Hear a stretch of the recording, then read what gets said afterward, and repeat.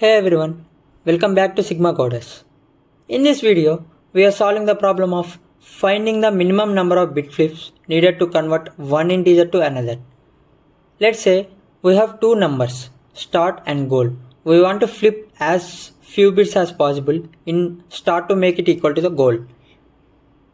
Here's the logic.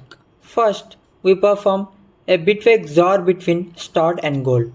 Why we need to perform XOR? Because XOR gives us 1 wherever the bits are different.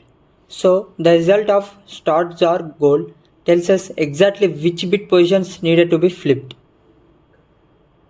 Now we just need to count the number of ones in the result.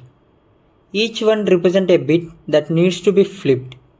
We do that using a while loop. We keep checking the last bit using res_1, adding it to our count, and then right shift res to move to the next bit.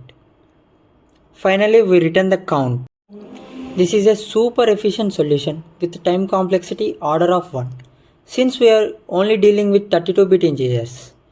Thanks for watching. Don't forget to like and subscribe for more coding explanations.